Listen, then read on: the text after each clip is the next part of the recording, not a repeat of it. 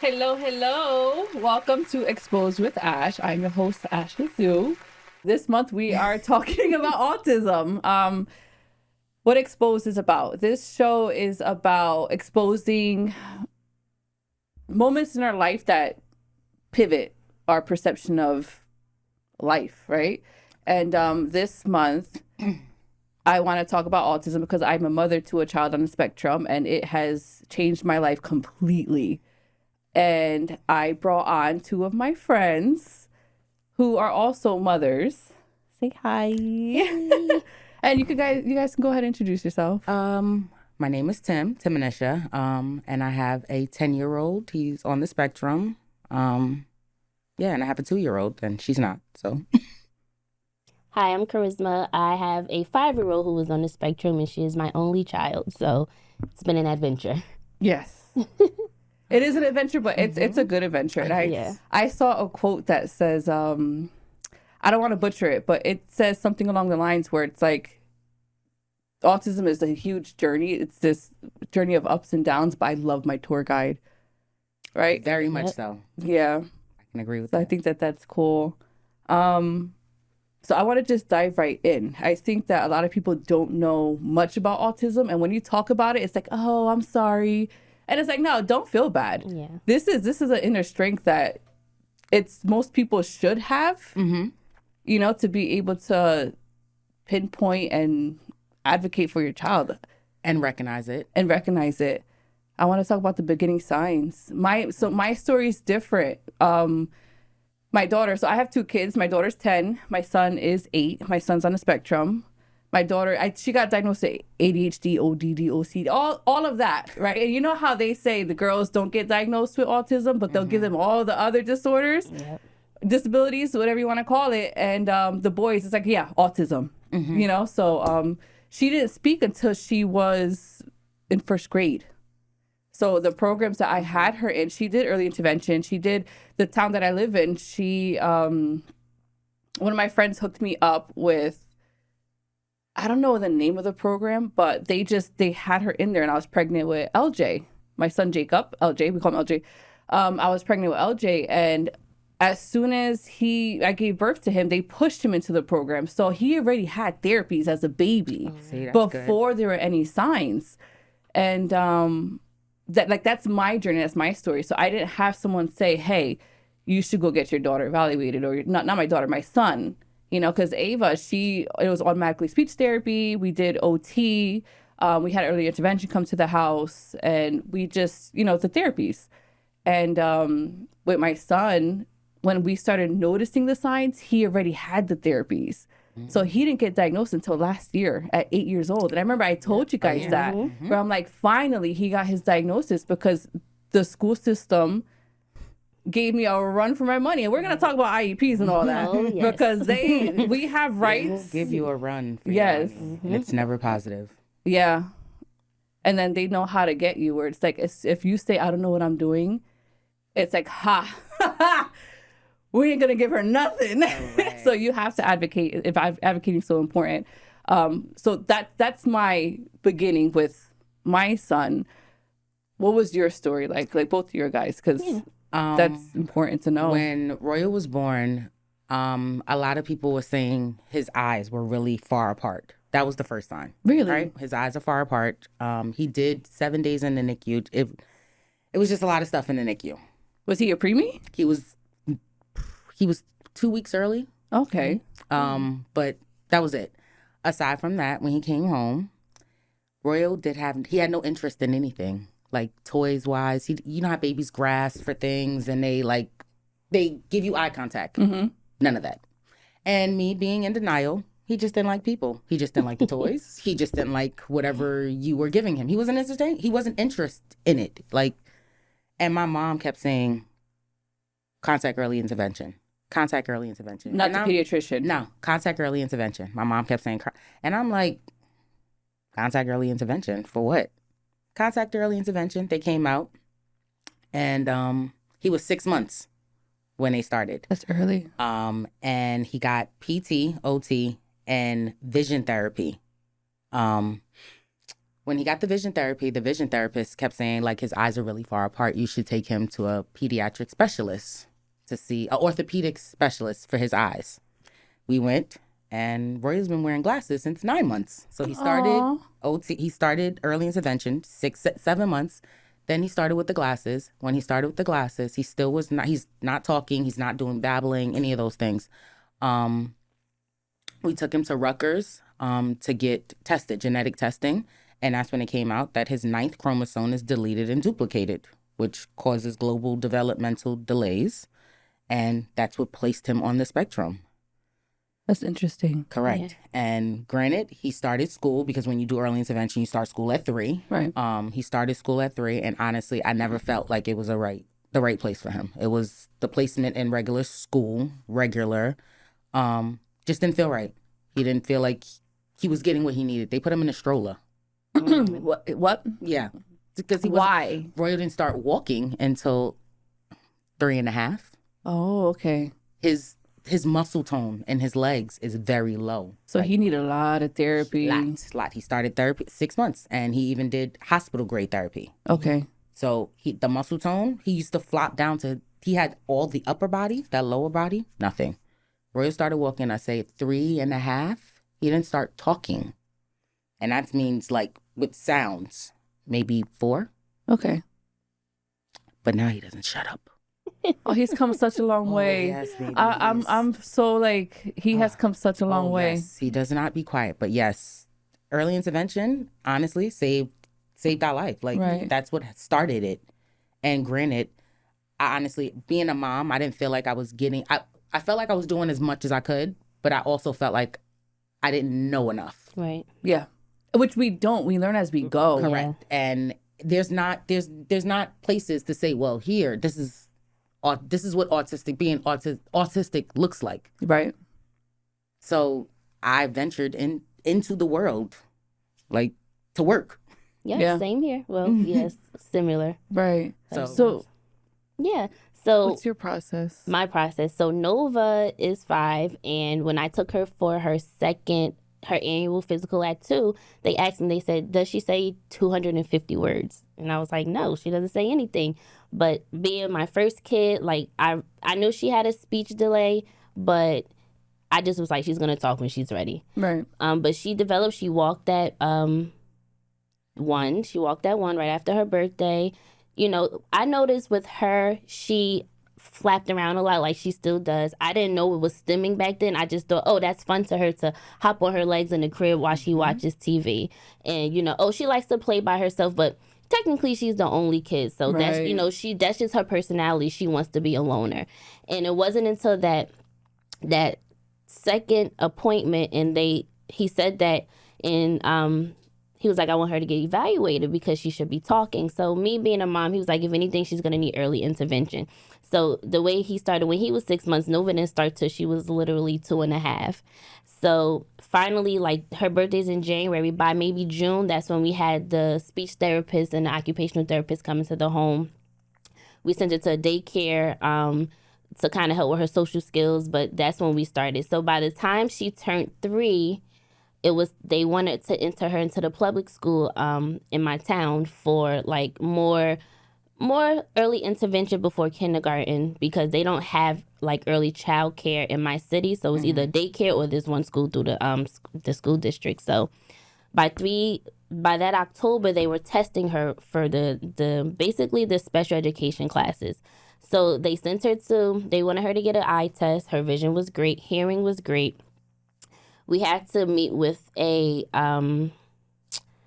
neurologist for the school district. And when she met Nova, she said she has symptoms for autism, but I can't diagnose her. And to me, I'm like, she's flapping. She's not talking. She isolates herself. Like, so my background, I've worked with adults with developmental disabilities since I was in undergrad. So I also used to do part-time work with children with autism as a respite worker, where I would go into their house and work with them. Whether it's teach them how to brush their teeth, just hang out with them, play with them on their level. So to me as the mom, I'm like, something's not right with my kid. And I was a preschool teacher at once, so I knew where my kids should be. Like I used to teach 3-year-olds where they talk. They're writing, they're recognizing things. Nova just wasn't me in there. So I had another appointment with a private neurologist, and I remember going to him afterwards, and he diagnosed her right away. So finally, I brought that paperwork back to the school, and they asked me, well, why did you get her tested again? I said, because I knew something was wrong. And that was the first moment I realized I have to be that advocate. Right. That was the first moment. From then, she was in the school system. Now, it was a great school. The thing was, so we all know in the spectrum, we try not to use the terms high functioning, low functioning, but we know where our children stand. Right. And if it's not offensive to you as a parent, that's how you describe your kid. My kid was considered high functioning compared to other kids. So they put her in a general special education class with other 3 and 4-year-olds. That September, the next September, Nova went to school in underwear. By October, I was getting letters saying I needed to send pull-ups because she kept having accidents. So she was regressing because they couldn't tend to where she was. And I had an issue with the classroom structure. Why is this a little kid class in the bathrooms down the hallway, not in the classroom? Like, it was little stuff like that where you realize, like, well, maybe that's why, because in her head, if she doesn't see a toilet, she's going to go on herself. And if you can't tend to her. So at that moment, that's when I was like, okay, this is not going to work. So I started looking into ABA for in-home. That was a waiting list, all that good stuff. Oh, yeah. And in that process, I called one place and she said, oh, we do ABA in center. Never heard of anything like that. What do you mean? She could come in for like a whole school day and get ABA all day? So that began my journey into Nova. Went from public schools to more of a private school through insurance. And that was, we're going to talk about insurance and what they're not going to pay for and what they're going to pay for depending on how it's listed. Correct. So through insurance, she was able to go to an ABA in-center therapy where she was getting 35 hours of ABA a week, speech therapy, OT. And when I say she blossomed between that 4 to 5-year-old, it's been amazing to see how much she's developed. But advocating, if I didn't know and I had to find out, and I had to be the one to always have those uncomfortable conversations. No, you know, I'm not sending any more underwear. You guys have to take her to the restroom. And when they ask, well, why are you taking her out of school? Because I need to send her somewhere where I know she's going to get that one-on-one attention. Right. So, yeah, our journeys are very different. It's different. It's different, but it's also similar too. Yeah. Yes. Similar too, because Royal was in public school and I fought. I kept fighting and I kept telling them that I didn't feel like it was right. He wasn't walking. They had him in a, like, you know, those trolleys with the kids. The kids ride tricycles, and they were putting him in the trolley, and as the other kids would ride the tricycle. And so they didn't even try helping him with. And we kept having the meetings. We had the IEP meetings, and I kept saying I don't feel like it's the right fit. I kept telling them I don't feel like he's getting. Yet you guys are not meeting his needs. He's not getting one-on-one support. Then I was getting emails that Royal's throwing himself on the floor. Royal won't come out the bathroom. Royal won't come off the bus. He's showing behaviors. Correct. Yeah. Now it's getting, oh, your son is being aggressive. And as soon as the aggressive word came, it triggers something in your head where it's like, no. He's not aggressive. What is he reacting to, and what's his environment what is the like? anteceding? Something is leading up to this, and it's not getting taken care of. Right. Something is it. And Roy ended up getting hurt in public school, and they contacted me and said, hey, you have to come and pick him up. Why? He got hurt. He has he's bleeding from his eyebrow. And that was November 11th. Roy got hurt. They couldn't tell me exactly what happened because the one-to-one aides, they come in daily. They're not a person that he's familiar with. Oh, it's not the same. It wasn't the same they like, person? so I know at public school, because that's what I was struggling with Jacob. They like to cycle them around so that they don't get used to just one. Oh, So okay. when I had the issue with Jacob in public school, and this isn't to bash public school, but if you know something's not right for your kid, you have to advocate. Correct. And through you guys and so many other of my clients, it's like you guys help lift me up, where it's like, no, you need to say this, that, and the third. And I did, and I got exactly what I wanted for my son. But it's advocating is very, very, very important. If I didn't say anything, when he got kicked out, they were going to send him to another public school. What? And he was going to the next public school that we had in the town. And that's when I was like, no, something's not right. Like, that's when I contacted Trenton, and we had a big meeting. And you went to the state. Yeah. Right. Hold on. Let me tell you, when you say Trenton, I had to contact Trenton. We had a nice meeting, and that's when they said, okay, we'll give him out of district placement. Wow. And mind you, I was contacting Trenton prior to this happening. I was contacting Trenton okay. when he was having his IEP meetings. On the back of those books that they give you after the meetings, The praise, I didn't sign right? it. Price. Yeah, whatever those, they give you the blue pamphlet after the IEP meeting. I wouldn't sign off accepting his IEP. So it went back to the state stating that, hey, she's not accepting this. We have to have a meeting. So we kept having these meetings, but they kept implementing his IEP because they have to implement it. After 15 days. Correct. So it has to be implemented. Let's talk about IEPs, because I think I want to make sure those who are watching know that IEP is an individualized education plan. Yes. And that's tailored specifically to your child. And in the IEP, you work on goals and what everything. else? Like you work on whatever everything. it is, it's tailored to him, and they have to follow it. That's legally, legally they have to follow it. So if it says that, and the child has to have a 1-to-1 at all times, that 1-to-1, you have to have a 1-to-1. Right. There's no ifs, ands, or buts. If that child is able to take that iPad with them to all sessions, that iPad needs to be at all sessions. It's a legal document to that child. And what I learned in the IEP that I really appreciate, I don't know who told, listen, I ask everybody questions. And that's the one thing that I do like about myself is that I am transparent. That's why I named the show Exposed with Ash. Like, we're exposing everything. And I've been transparent with a lot of people in my life. Like, yeah, my son has autism. I need help. Can you help me? Exactly. You know, and I've had people like you guys where it's like, yeah, girl, like, this is what you're going to do. And then I do it and I see the results. And it's important to ask for help. It's important to just speak, advocate.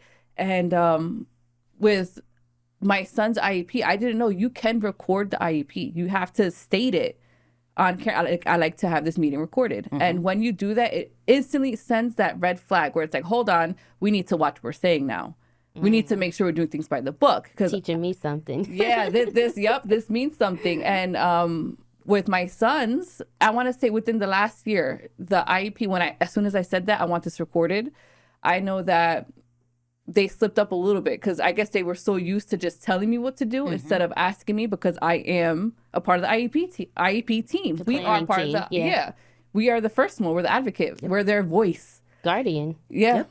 And when I asked for it to be recorded, the speech therapist slipped up and I asked for extra speech because my son's nonverbal. Now he has words. At the time, he didn't have many. And I said, well, I need another session. And she was like, I don't have time for that. And I was like, to make time. Yeah, I was like, that is not my problem. That is not my problem that you don't have time, but he needs it. So that's created like this whole snowball effect where it was like, oh, okay.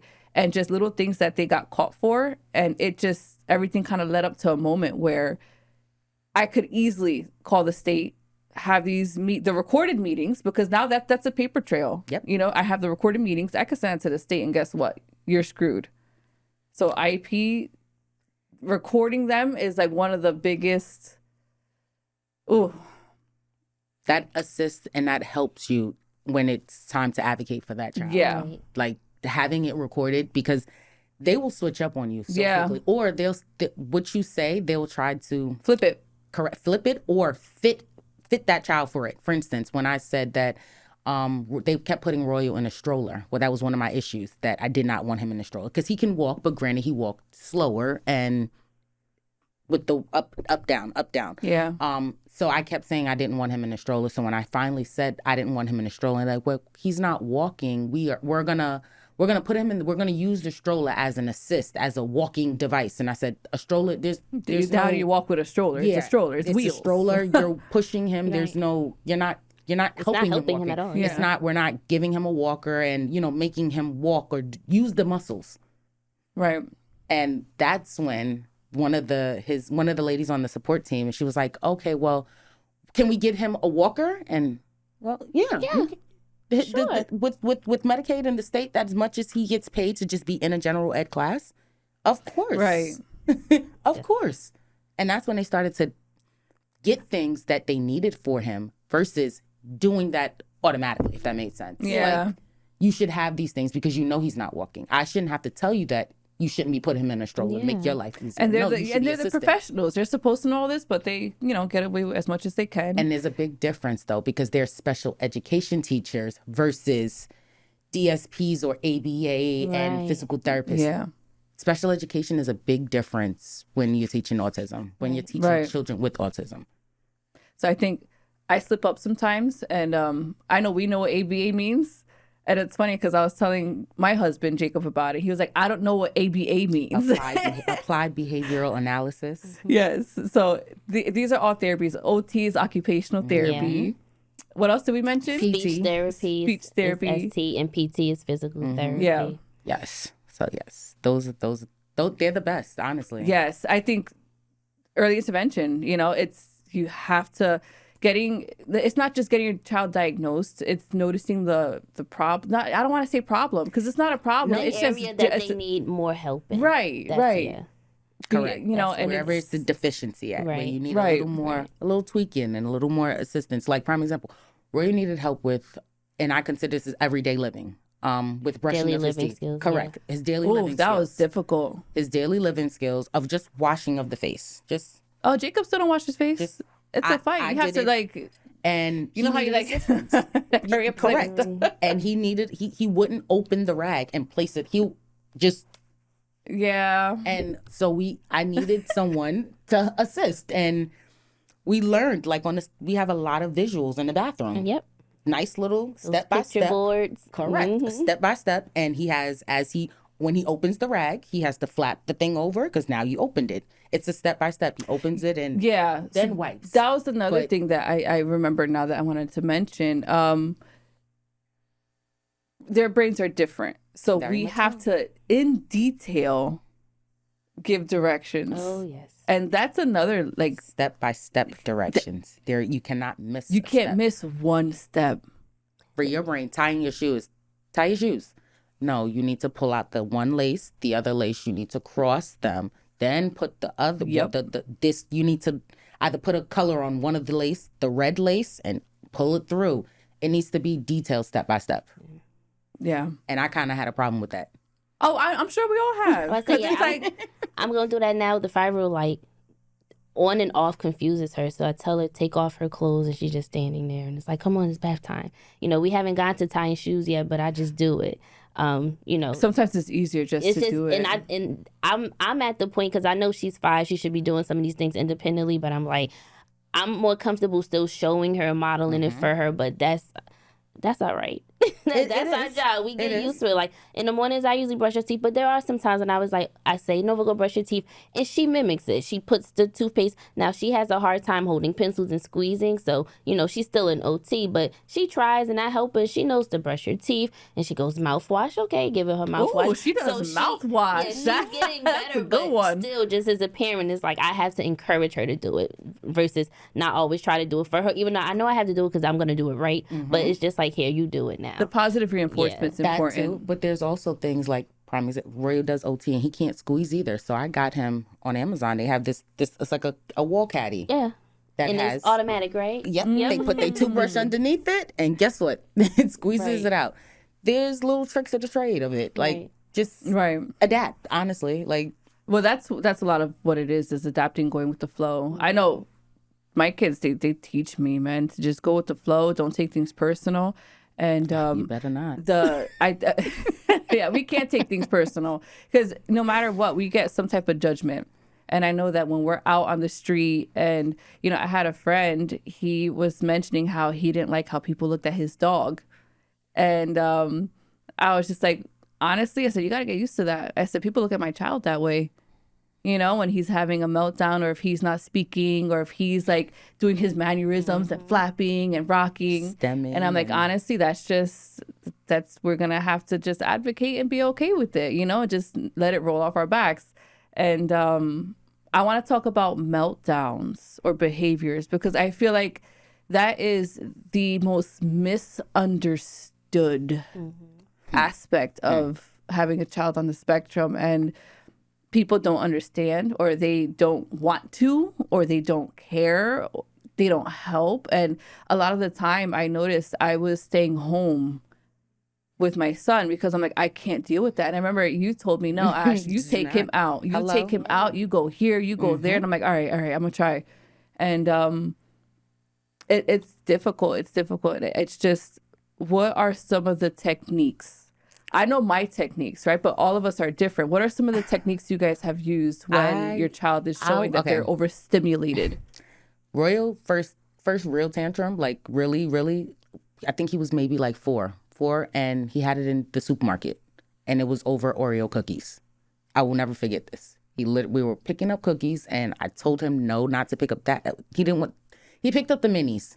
He didn't really want the minis. He was just going by the picture. I put them back, and I got the other ones. He automatically started throwing himself on the floor. We're in ShopRite. We're in the aisle. This is daytime. This is when the older people are in ShopRite. They're all looking at me. And I'm trying to tell him, like, it is okay, calm down. And he is, and he's making sounds. Now he threw himself on the floor. Now the lady is looking at us. What do? I'm trying to pick him up. He's still throwing himself on the floor. I got down on the floor too. Right. Good. Meet him where he is. Yeah. I got down on the floor. We was laying on the floor in ShopRite. He looked at me, got back up. He looked at me and got right back up. Like, I'm not too sure what you doing, but whatever you doing, it ain't right. That's so funny. And you didn't realize you're doing that to calm yourself down too. Correct. Right. I was meeting him where he was at, and I have also realized with his behaviors, he's now that he's 10, he's very vocal about them. Like, I know that 8 o'clock, I don't care where we're at, we have to go because it's his bedtime, and if I don't go, he will start. Mommy, I'm ready to take my clothes off. So he's ready to take off. He's ready to, I need food. The behaviors start. So I already know 8 o'clock is my max. He likes his routine. He is a routine-based child. He don't skip it because that will cause the behavior. Right. So I know that if we're out, he has his tablet with him. That's the best friend. The tablet goes everywhere. We have Wi-Fi on the tablet. Also know, in his book bag, he has a sleeve of Oreos. We keep Oreos. Oh, so we like Oreos. Yes, That's Oreos, a permanent Oreos thing. is his thing. That's Oreos and wipes because the Oreo in his mouth. In the book bag is baby wipes and Oreos. That's what he keeps, and his tablet. And that alleviates the behaviors. Right. So those are his rewards. That's his thing. You go to the bathroom, you get the Oreo. You tell me that you need something, you can have an Oreo. It's his positive reinforcement. Right. And as long as he knows that they're there, we got an A+ kid. Nice. Now, if I don't, I know. He'll share his opinion. And he's very vocal now. For a kid that did not speak, he is very vocal. That is amazing. Granted, I let him express himself because we're human. And he does say some words that they're not the best, but I let him express himself. It's okay. That's fine. That's how he feels. He's expressing himself. Correct. Right. That's it. It was one point when he couldn't advocate or say anything at all. So you know what? Say everything plus more. Yes. My point. Say everything plus more. As far as behaviors, besides stimming, which Nova, she rocks back and forth and she gets excited and she flashes. But other than that, we don't really deal with many behaviors. So when she was in the school she was at getting ABA services, they would say things like Nova hit the teacher.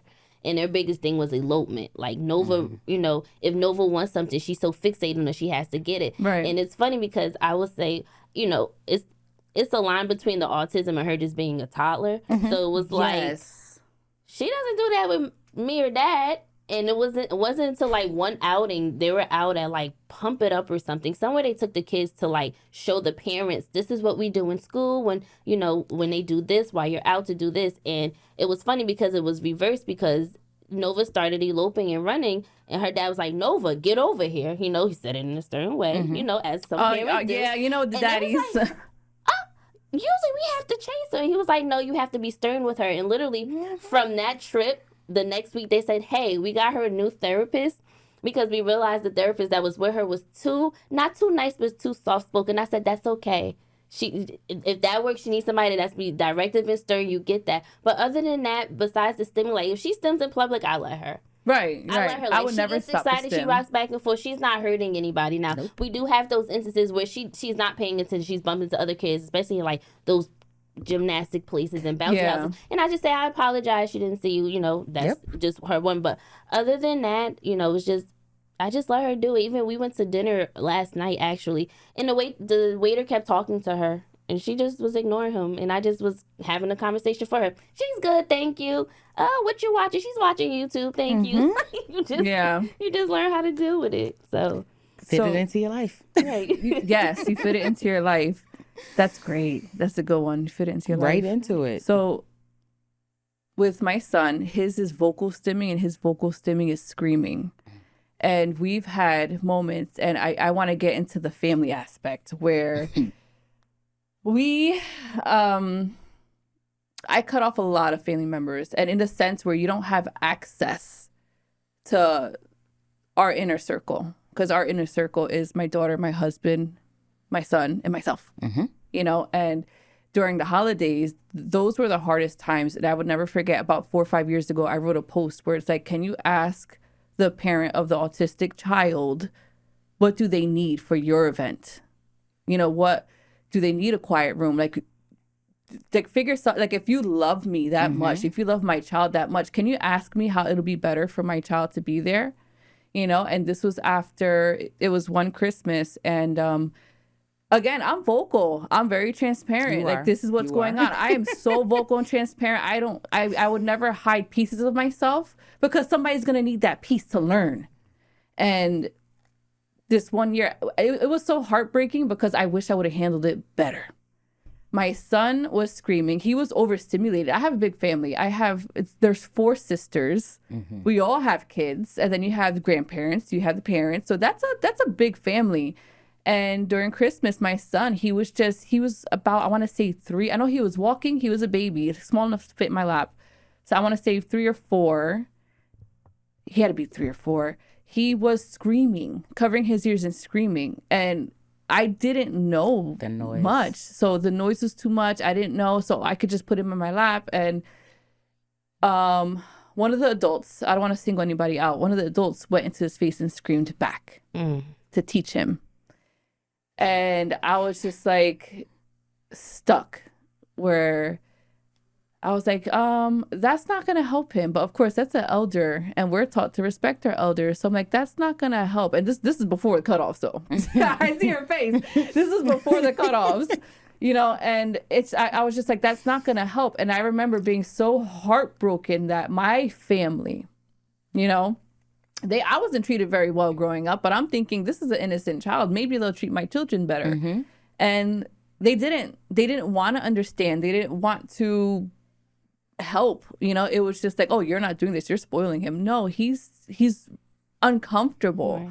And I remember going home and crying to my husband, and I'm just like, I can't do this. I can't do it anymore. And I bought a book, and I started highlighting all the stuff, like the stims, like what he's doing.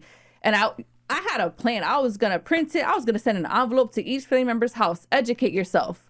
You know, you want to yell at my kid? Educate yourself, you know? And it's just, there comes a moment where you have to understand that there are people that don't want to understand, and they think they know better, and that's when the cutoffs start. And I know that I'm not the only one, and I know it's one of the questions that was asked to me a lot whenever I put a post up: do you cut off family members? And I say yes, without remorse. You know, the family I'm creating is the most important one. And I know that you guys, you're nodding, I know you guys understand. You know, have you had that experience where it's just like, I can't do this, and I can't have you in my life or my child's life? I love you, you know, it's nothing personal. However, you're damaging for our family dynamic, and I can't have you around anymore. I haven't had to necessarily cut anyone off, because I come from a small family in general. Our support system is there, but it's small. But I did have to teach people how to interact with Nova. Like, you know, we're in the 21st century where if Nova asks for a phone, they're going to automatically, as soon as she comes in, Nova takes the phone and putting in the code. And I'm like, for a kid that's speech delayed, like, sorry, you can't just give her the phone. Go color with her, play with her. You have to have conversations. So it was a matter of having to teach people how to interact with her that was going to help her develop, versus just, you want to spoil her and just give her the phone and give her snacks, but she can't have all of these snacks, you know. It's not good for her. And no, she can't just sit on technology all day. But other than that, I'm blessed to say we didn't have to cut anybody off. That's great. Now, as far as, you know, falling back a little bit, so I don't, like I said, I come from a small family. I realized my interactions with my friends were different. All my friends have children, and I feel like not all children understand Nova. So I found myself really withdrawing my kid from certain other kids and certain friends at points. Like, yeah, we're not gonna go to that event because those kids are older. I don't feel like feeling like they're gonna pick on Nova, or there's nobody her age for her to interact with. So other than that, like just falling back, like nah, we're not gonna do that, because I have had instances where I felt like the kid was being mean to my daughter, Right. and I'm like, why are you doing that to her? Like, she can't say anything and it's not right, but the kid don't know any better. I don't want that to become a conflict with me and the friend, like, oh, your kid is mean to my kid, where it was just, you have to teach them, and granted, this one instance where I felt like the kid was being mean, she got in trouble for it. I left the friend house and I texted her like, yo, I had to leave because it was hurting my feelings the way A, B, and C was happening. She was like, why didn't you say nothing when you was here? Next thing I know, like, the kid is reprimanded. She had to apologize, but I realized that I'm like safeguarded with her and other kids. Right. So I had to do therapy. That's first off, because that's because just being able to grasp it, and my first child, just seeing it and knowing how, I guess, the normal kid was, and then knowing that my kid is not the normal. Therapy helped me a lot, and I had to cut off people, but I also had to teach my inner family, like, right. how to really deal with Royal, and how to just talk to him, because like I grew up in the 80s. My mom is do what I say. No, yep.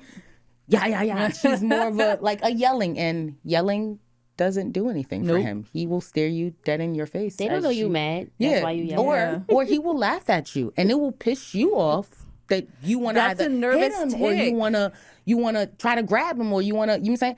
So it was more so I had to teach. Granted, my mom was the main person that I really had, because after school he's there, and I was raised by my mom, so I know. Right. And she needed to be taught how to deal with an autistic child. Granted, you can't keep threatening him. You can't keep telling him, you better go do this, because better is he will look you dead in your face and not do it, because I realize that you're upset, or you're getting frustrated, or this is entertainment to me right now. So I really had to teach them, give grace, have patience. You can say it, you can guide them. The yelling, you're gonna burn yourself out before he burns himself out. I could promise you that. These are facts. I can promise you that by the end of the night, you're gonna be ready for him to be like, bed now, right? And he's gonna be up like, so what else? What are we gonna do right now?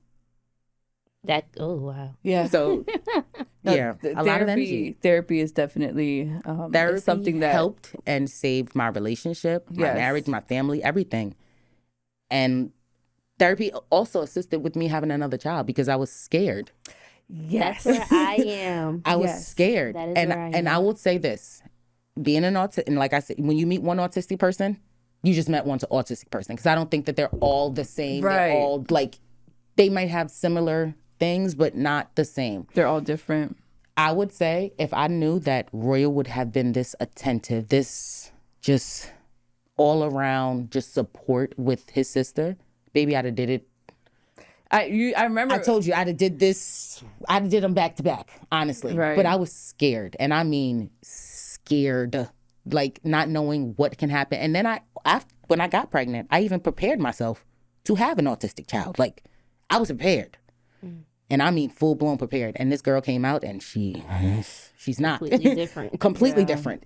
But she has helped Royal with just gentle, being a nurturer, being like a big brother. Like, she helps with him. And his language, his speech has improved 1,000%. Granted, from the school, but even just being at home, just to be able to do things. He knows that, oh, Denny needs this. Let me go get this for Denny. Here, mommy, I put this for Denny, or this is Denny's. Don't touch this, or just the back and forth, the social skills. Yeah. It has improved 1,000%. So I would have done it way earlier than 7 years apart. You gave me hope. I don't want no more kids.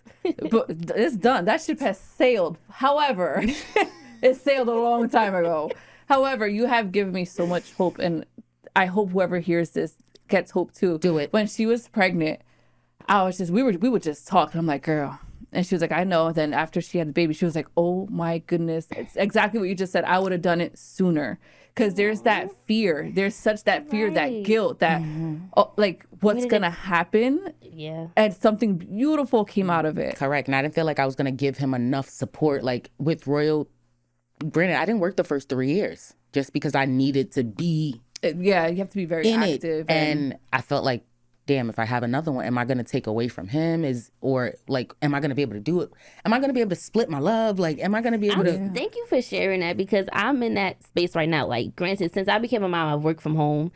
And when I found out she had autism, I was like, now I got to work from home, because at her school, we had to move the behaviors every week and things like that. But one of my biggest questions was like, can I handle the possibility of having another kid with a developmental disability? Now, granted, we got a support system, but even just outside of the kid, the transitions of marriage, the transitions of just family life, like, it was a lot. It was like, and in my situation, it was like, you know, we had Nova, and then we got engaged, and then we moved in, then we, you know, we found out we were blended family coming together, then we found out Nova had autism. So navigating that, you know, as a mom, I'm going through guilt. I'm going through, now I got to be super mom, get her resources, finding resources. And, you know, we was tired. Yeah. And I thought about it, I was like, if we have another kid, can we do this again? Because I feel like Nova's 5 now. This is the first year that we're finally like, let's sit down and relax. And we're not even completely relaxed. It's just, I still got to register for school and go through that whole thing. Right. And it's just like, it's just not as chaotic as it's been. But that's been my biggest thing. And I wanted my kids close back to back. Nova's 5 now, so it was like, it's either now or never. Right. But and you know, that's one thing the doctors ask,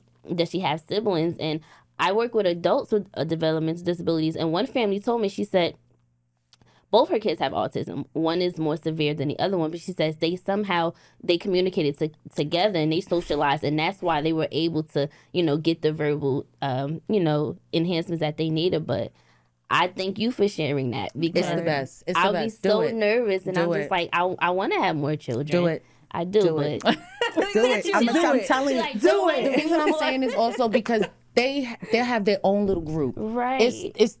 And granted, when other kids come into it, like, okay, for instance, my niece, she's not autistic, very verbal,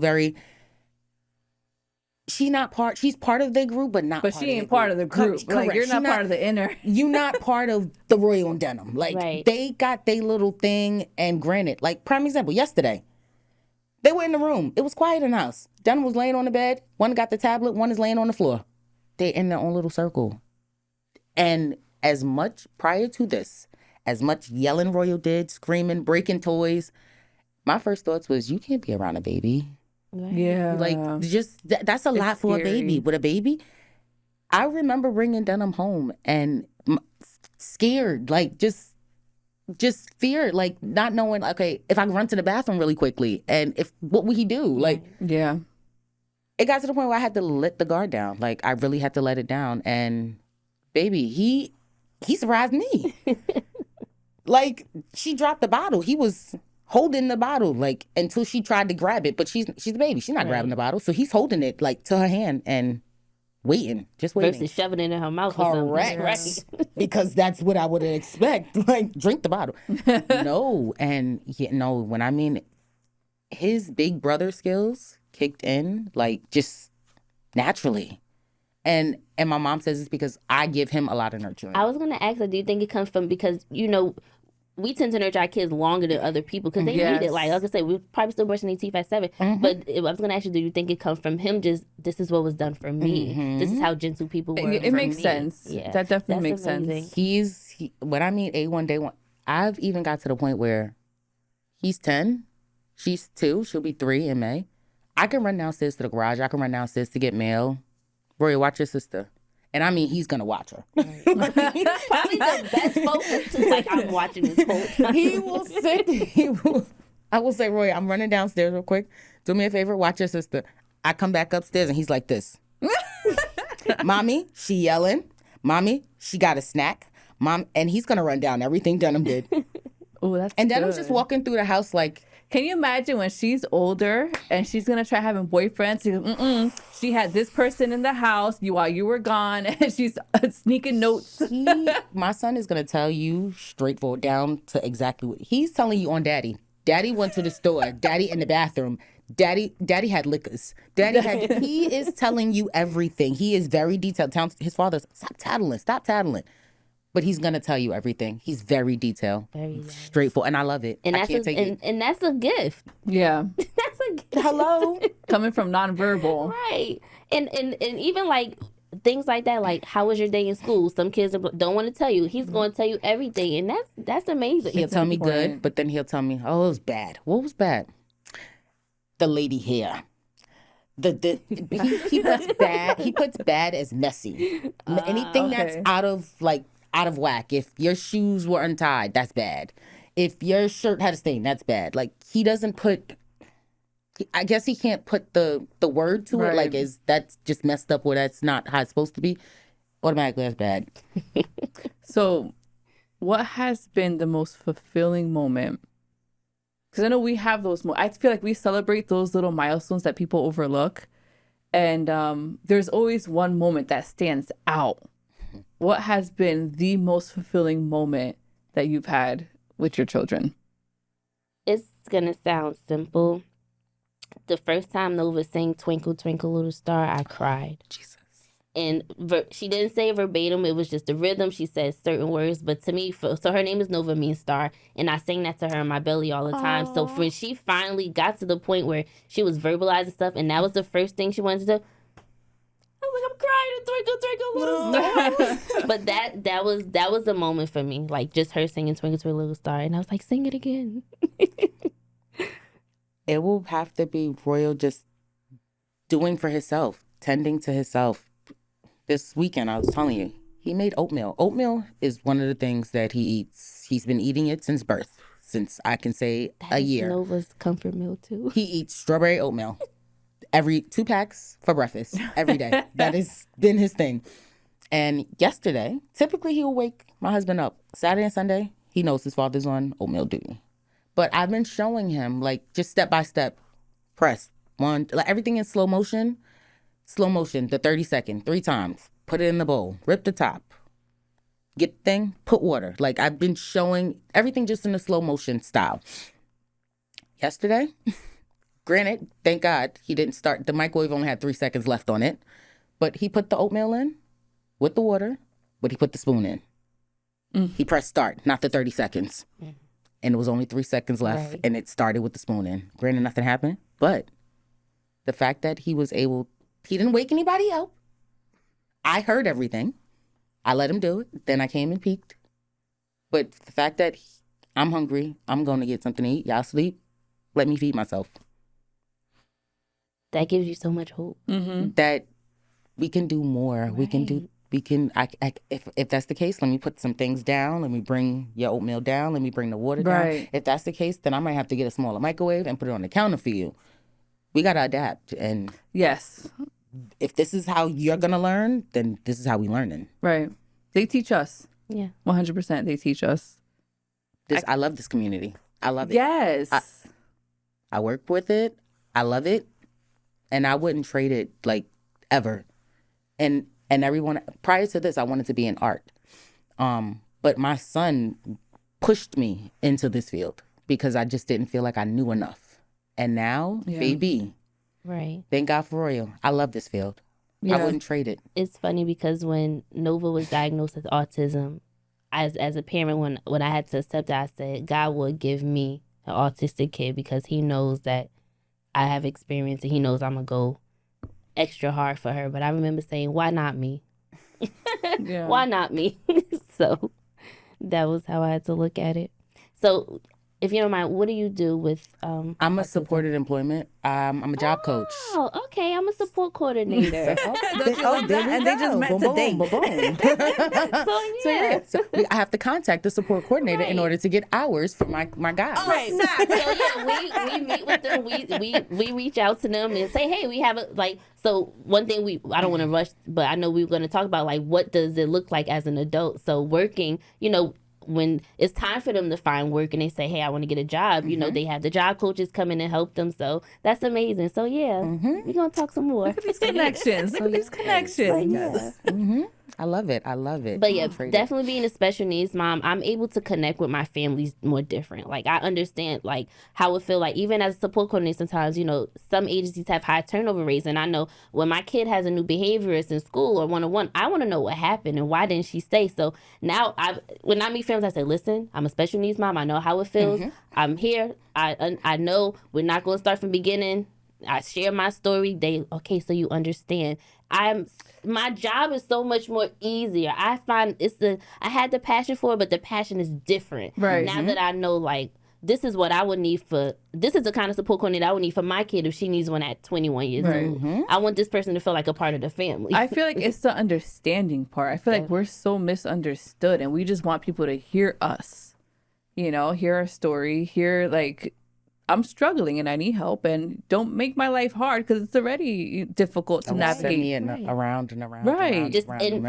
Just a lot of it, because we are so used to doing everything advocate, it's like, just tell me what I need to do and I'm gonna do it. Straight to the point. That's it. Just Direct. tell me. Give me a number. They don't ask for much. We don't ask for much. Nope. Just put us in the right direction. Right. Yep. So Well, I pray for that every morning.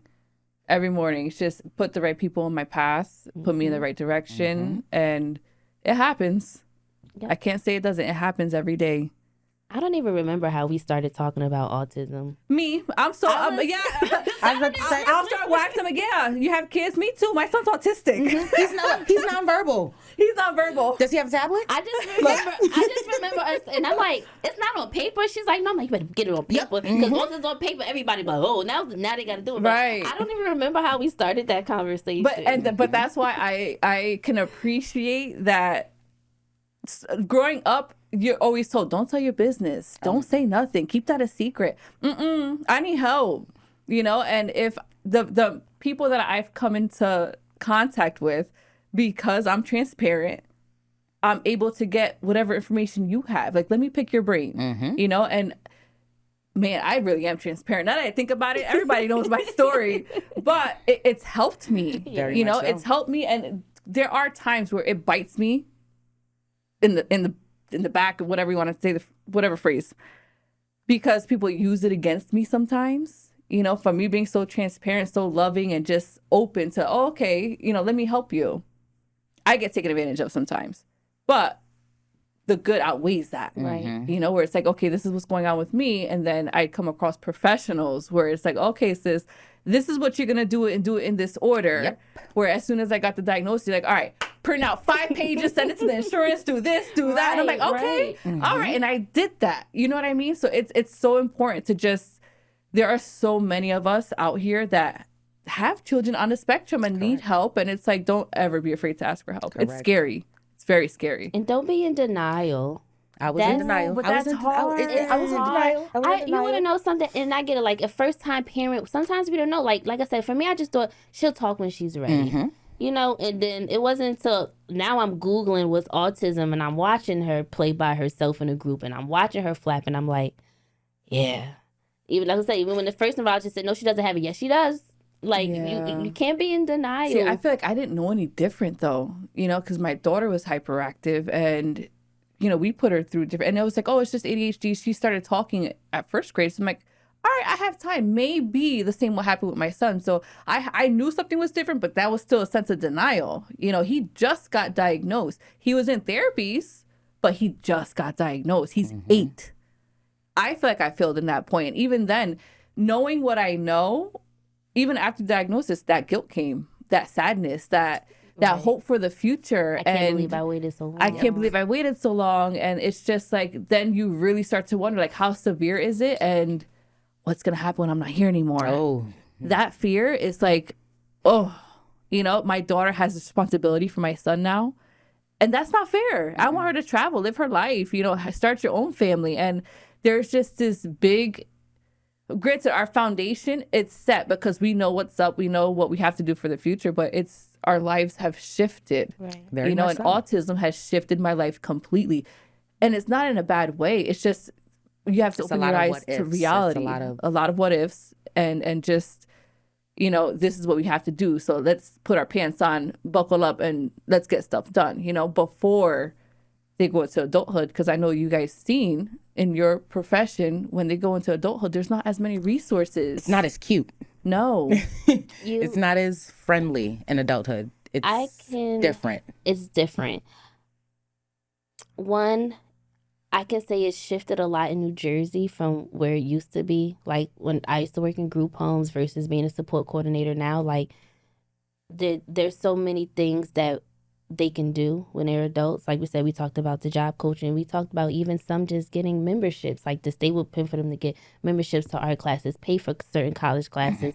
But when they do get older, there are resources. I really do feel as though the way you advocate for them as a kid is the same way you have to advocate for them as an adult. But there are resources. And then when I hear you talk about Jacob, and we talk about all the time, like, you know, he's going to get to the point where, you know, he's going to progress. And then, you know, when he does age out of school, then that's when he goes into, if needed, he'll go into adult DDD. And that's a whole different world. Instead of IEPs, now you have an ISP. You understand? Ooh, what's the acronym for that? Ooh, individual. And I should know this. New Jersey Individual Services Plan or Individualized Services, where it goes from the education plan to, okay, now what services do you need to maintain this? And for grants as support coordinator, I have individuals that work full time. The only reason why I'm there to help them is because they need somebody to come to their house 10 hours a week to make sure their house is clean and that they go food shopping, you know, because they're independent, but they're on, you know, they're on the spectrum or they had a learning disability growing up. Then I have some who literally they're in group homes where they're getting 24-hour supervision and, you know, they're going to a day program instead of going to work because they, you know, they need something productive to do within a day. And that's, you know, to socialize and do recreational activities, but it really varies based on the individual. And that's why what we do now means a lot in as far as their future, because you'll be surprised, depending, because we talked about Jacob going to a different school. Depending on what school he goes to, at a certain age, they're going to be asking you, have you applied for Medicaid and Social Security? And you're going to know why. And they're like, oh, because now it's time for him to transition into adulthood with the services if needed. So the support is definitely there. And I think that's, as the special needs parents, we're always worried about the future. And if it wasn't for me being in this role, I would be worried too. But I know I have some families where their autistic kid who didn't talk till they were 7 are in college and they have boyfriends. You understand? And they're driving. And I'm like, that gives me so much hope. A vehicle? Yes.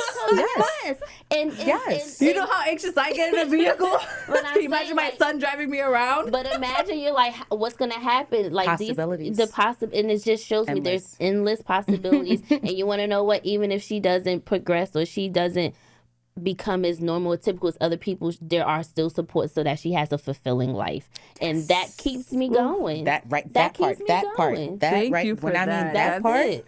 That part, because I had working in the field, you see it on so many different levels. Like I said, I have a client that drives and lives by herself.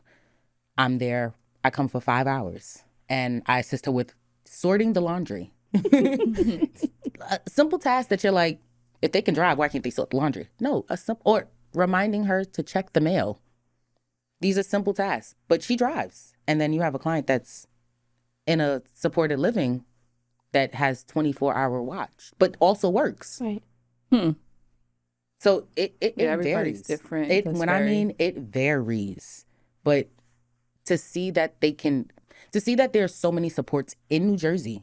Oh yes, that's another. New Jersey is one of the better states, and that's why I want to leave Jersey, but I can't. I was about to say that's my main thing. I can't. I love Royal School so much that. That's what's keeping me right in this grounded space. So not going anywhere. I want to talk about the supports because I know Perform Care.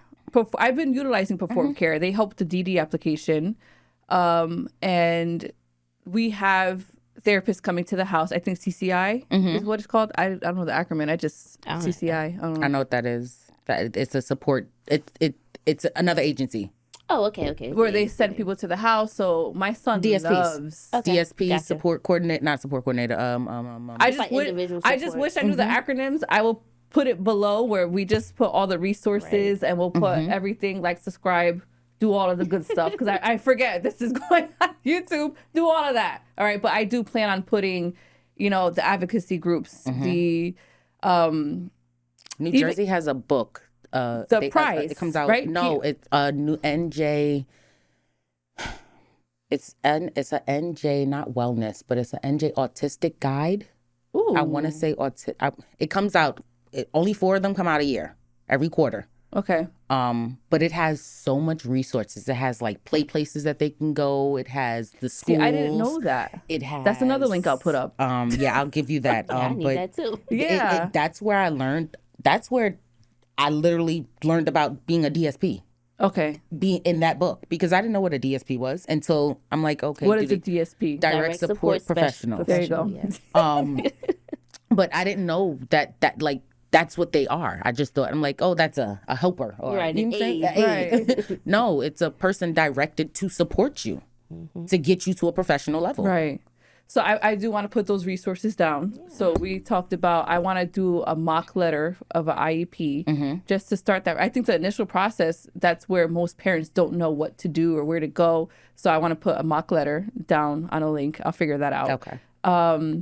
And the resources. So yeah, I'll get you the NJ guide, because that's yeah. my So best we have friend. an NJ guide. I get it I think one should be May. Another one comes out in May, I think. Perfect. Right for the summer. And it then has summer camps in there. Ooh. Yes, that part, because you're like aftercare, summer camps, everything, nice. Everything. The Special Olympics, the programs that they run for the Special Olympics,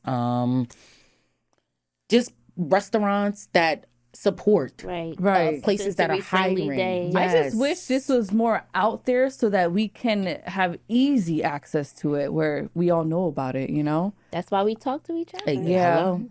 This is why it's important to be transparent. Very much I'm about so. to change the name of the show. Right. Something with transparency, because it's key. You have It's to key for share all the of this. resources. But Perform Care has really come through for me. Really come through. I forgot who told me about it. Once again, I tell everybody my life story. But Perform Care has helped with getting my children appointments for the neurologist. They send people to the house therapy. They have now they help the DD application. So Jacob's going to be in summer schools, camps, and all of that. So I want to make sure that That's the best thing. ESY is my best friend. Yeah, yep, extended school year. Yes, I'm sorry. I know, we're so used to like all the Look, verbiage. I'm looking that, like, okay, yeah. take this down. Don't You worry. Just We're pick your ESY. brain. Listen, ESY. He's Roy's in school. What is it? September to June.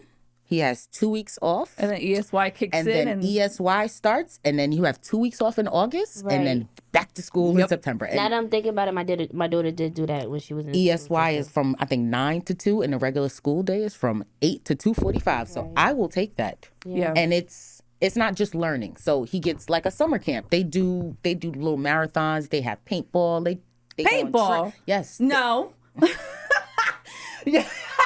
You ain't shooting myself no Listen, paintball. They have, not the paintball gun, but they do it where they have the paintball water gun, like the Yeah. water balls, and they throw at the Listen. yard. They do color blast. They do field day.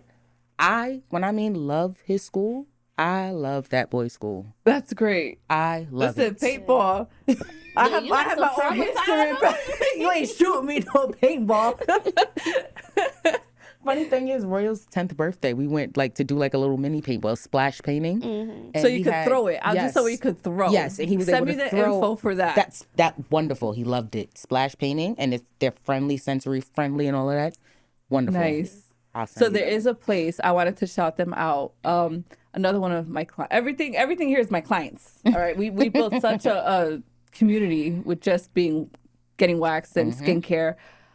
She works for Medieval Times, and they just created. I think I told you told me, right? yeah. They just created a room where it's like, you know how like the football stadiums have that glass box and Yes. you control the noise. They just created that. So when you do have a child that's on a spectrum that can't handle the noise, you call in, make a request, and if it's available, you go into that box. I got to tell my job Yes. because they wanted to take the clients to Medieval Times, and the noises and the theatrics. It's a lot. Is a lot for them. So a lot of them wear headphones. Yeah. And then they used to have a room where it was a quiet room, but they missed the couldn't whole see it, show. So I remember we had like a podcasters night. We went to Medieval Times, and I'm like, man, I really wish I could bring my son here. And then fast forward, I waxed the manager, and I was telling her like, I love it. And then that's when again, transparency. We got a ding for every time we say transparency, because had I not said that, I wouldn't know. Then I can't reach out to the parents that I know that have children on the spectrum. You know what I mean? Like, it's a whole circle. It's a community. And that's definitely a place that I'm going to check out. I think everybody else should check it out. But yeah, they have their own, you control the levels. I haven't seen it yet. I am going to go take my kids there, record the whole process. Like, let us know. It's gonna be cool. But that's another thing I want to do, is just drop places where,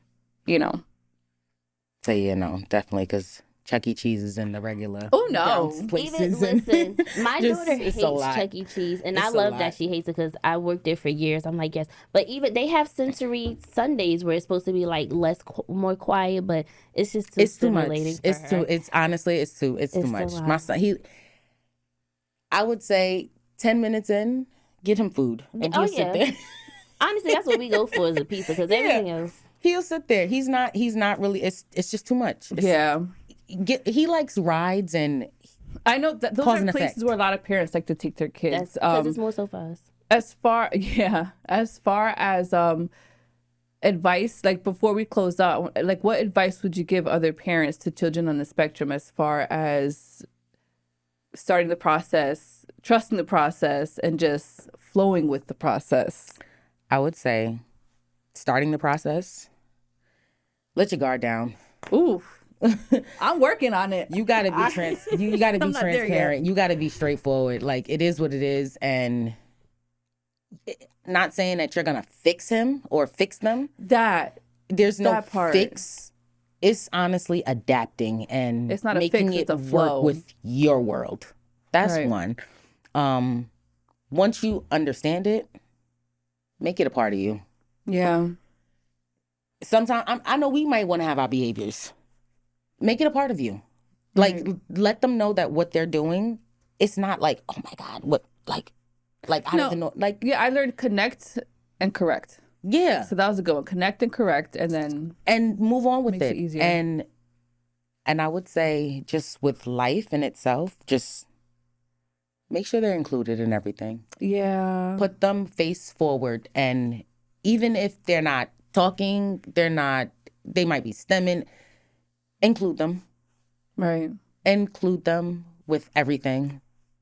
And granted, you might have to, if it's an Easter egg hunt and you realize that he's not trying to be with all the kids, if you got to be the hovering mom and try to help with do it until they don't want you to hover no more. Because they're going to get to that point where they're like, I got this. Yeah. And that's going to be like, yep. Because I had my moment already. Yeah. Not ready. What about you, baby? As far as just the whole experience and advice, be open to ideas, meaning you have to be able to share what's going on. You have to, we have expectations of how parents should look at how our kids should be. You have to be open to getting rid of that expectation. Definitely my advice to parents, if you think your kid is on a spectrum, is to definitely get them tested. Start with a neurologist if you can, because the neurologist is the person that's going to give them the medical diagnosis. Once it's on paper, everything is attainable. As far as just being worried about your kid and what the future looks like, just know that there are supports throughout their whole life to make sure that they have a fulfilled life. And the sooner you start, the better. I agree with you as far as give them as much of a normal life as you can. We have to adjust their learning. We have to adjust our lives for them, but make them feel included. Put them in those groups, put them on those sports teams, expose them to new places. And that's how you learn your kid. Never, never, never, never, never limit what they can do, the places that they go. And just take it easy on yourself. You have to take it easy on yourself. And you have to believe that you were put in this position as a special needs parent for a reason. Right. And it gives you a love that the depths. Mm-hmm. It's so deep, where we love, but a special needs parent, there's a different kind of love that comes with it. And it's beautiful. And I wish everybody could feel what this feels like. Because while it's difficult, it's also beautiful. To see the growth. To see the milestones, the progress. Thank you. Thank you both so much for coming on. I love this entire conversation. This is awesome. For the next episode, I do want to get some dads on here because that's a whole different perspective, or maybe even advocates that can help us dive into more resources, the technicalities of how you're supposed to move and, work the system. Yeah, this was great. This is April. The A's, you know what I mean? The A's. Autism. April is Autism Awareness Month, Autism Acceptance Month. And I wish everybody, can understand the signs, not only children, but adults too, so that they're more accepting, where it's like, oh, okay, I noticed that kid has gloves on when they eat their food. Just little things like that make a big difference. Just feeling accepted, feeling included. And yeah, this was a great episode. I'm really happy that I have you guys on here, and I hope you guys enjoyed. Please like, subscribe, leave your comments, questions. I'm open to, starting as much dialogue as possible. And there you have it. This is Exposed with Ash. I'm your host, Ash Rizou. I hope you enjoy. Bye. Bye.